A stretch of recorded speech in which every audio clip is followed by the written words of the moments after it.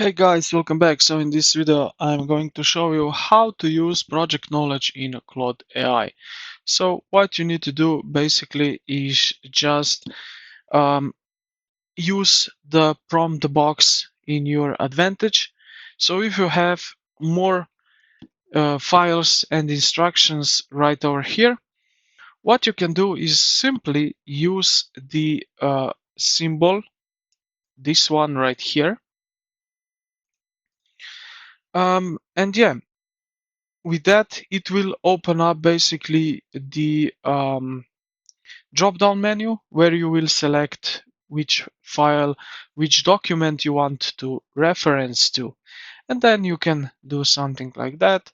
Let's say review the budget trends inside this file and start like sending the to the Claude. And this is pretty much it, how you can use this knowledge in Claude AI. So you don't need to always refer to the all the files inside of the project, but you can really choose particular one. So yeah, it's pretty useful that you know that if you just try to get an information from one file in your project. So I think this is really useful. I hope this video helped you out.